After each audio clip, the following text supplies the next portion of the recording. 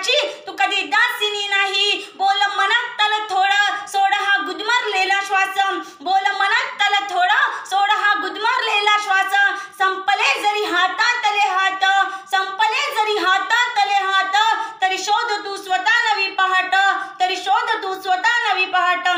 नमस्कार मित्रांनो, माझे पूर्ण नाव Payal Sariput Wadke, Siddhivinayak college of pharmacy वरोराची विद्यार्थिनी असून विषय म्हणते महिला मानसिक, शारीरिक व आर्थिक दृष्ट्या सक्षम कशा बनू शकतील. तर सातत्याने चालू असलेल्या परिस्थितीमुळे महिलांवरती मानसिक तणाव निर्माण झालेला आहे.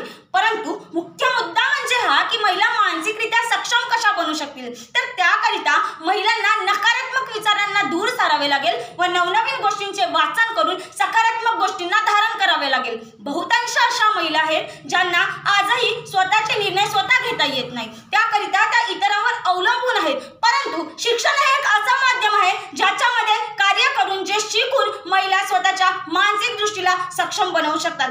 आपत्कालीन परिस्थितीमध्ये महिलांना योग्य तो निर्णय घेता आला पाहिजे तर महिला मानसिक दृष्ट्या सक्षम बनू शकते. उदाहरणार्थ जर बघायला गेला तर इंदिरा गांधी, ज्यांना आयरन लेडी म्हणून संबोधले जातं, त्यांनी 1971 मध्ये पूर्व पाकिस्तानावर आक्रमण केले. हे माहीत असताना सुद्धा की त्यांना अमेरिकेचा पाठिंबा आहे आणि त्यांनी विजय मिळवलं. अर्थातच असं म्हणता येईल की इंदिरा गांधी या मानसिकरित्या सक्षम महिला होत्या.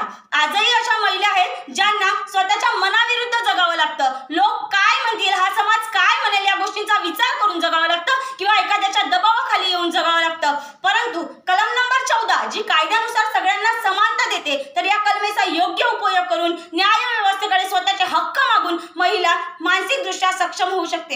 एवढंच नाही तर स्वतःच्या जीवनात येणाऱ्या समस्यांना महिलांना स्वतः सामोरे जावे लागेल. त्याकरिता इतर कुणाच्याही पाठिंब्याची गरज नको. महिलांना एकांतात जगायला शिकावं लागेल. त्यासाठी घराबाहेर पडता आलं पाहिजे. एकांतात जेव्हा आपण जगणार त्यावेळेस नवीन नवीन विचारांची उत्पत्ती आपल्यामध्ये होईल आणि ते विचार या जगाला सकारात्मक दृष्टिकोनातून बघण्यासाठी मदत होईल आणि अशा रीतीने सुद्धा महिला मानसिकदृष्ट्या सक्षम बनू शकते.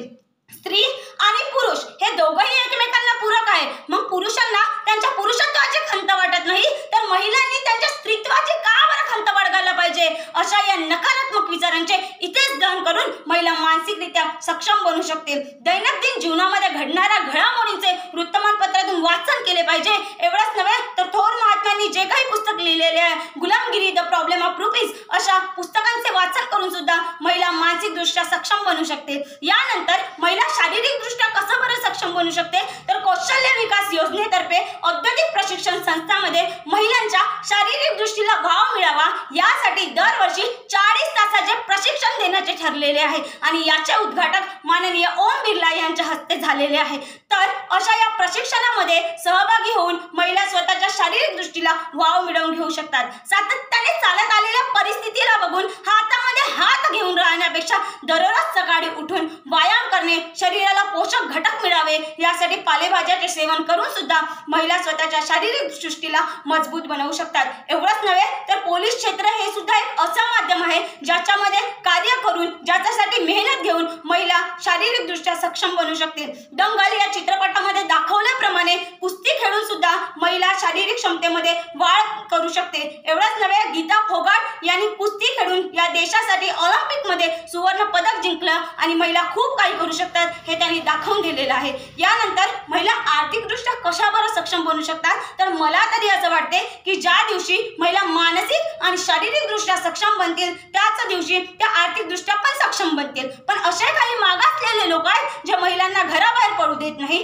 तर महिलांना घराबाहेर पडू दिलं पाहिजे तर महिला आर्थिकदृष्ट्या सक्षम होऊ शकतील. त्याकरिता योग्य शैक्षणिक शैली व त्यासोबतच घ्यावयास लागणारी मेहनत जर केली तर महिला आर्थिकदृष्ट्या सक्षम होऊ शकतात. व्यावसायिक क्षेत्र हे एवढं बलाढ्य क्षेत्र आहे ज्याच्यामध्ये कार्यरत राहून सुद्धा महिला आर्थिकदृष्ट्या सक्षम होऊ शकतात. एवढंच नव्हे तर क्रीडा क्षेत्र हे सुद्धा एक असं क्षेत्र आहे ज्याच्यामध्ये भाग घेऊन, ज्याच्यामध्ये खेळून महिला शारीरिक दृष्ट्याने आणि आर्थिक दृष्ट्याने दोन्ही बाबींनी सक्षम बनू शकतात. आजची महिला कुठे कमी आहे? आजची महिला डॉक्टर बनू शकते, आजची महिला इंजिनियर बनू शकते, आजची महिला प्रोफेसर बनू शकते, आजची महिला वकील बनू शकते, आजची महिला जिल्हाधिकारी बनू शकते. एवढंच नाही तर पंतप्रधान आणि राष्ट्रपती सुद्धा बनू शकते आणि ती मानसिक आणि आर्थिक दृष्ट्या सक्षम बनू शकते. होय, आपल्या समाजामध्ये आहेत असे काही दरोडेखोर, बंडखोर लोक किंवा विदूषक लोक ज्यांनी स्त्रियांसाठी जगण्यासाठी भीतीचं वातावरण निर्माण केलेलं आहे, परंतु अशाच होणाऱ्या अत्याचाराला वाचा फोडण्यासाठी महिलेला मानसिक, शारीरिक आणि आर्थिकदृष्ट्या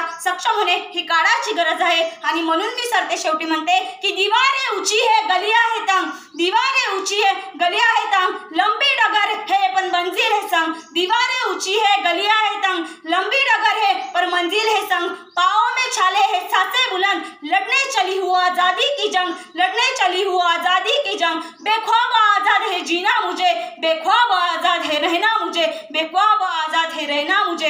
एवढे बोलून मी माझ्या भाषणाला पूर्णविराम इथेच थांबवते. धन्यवाद.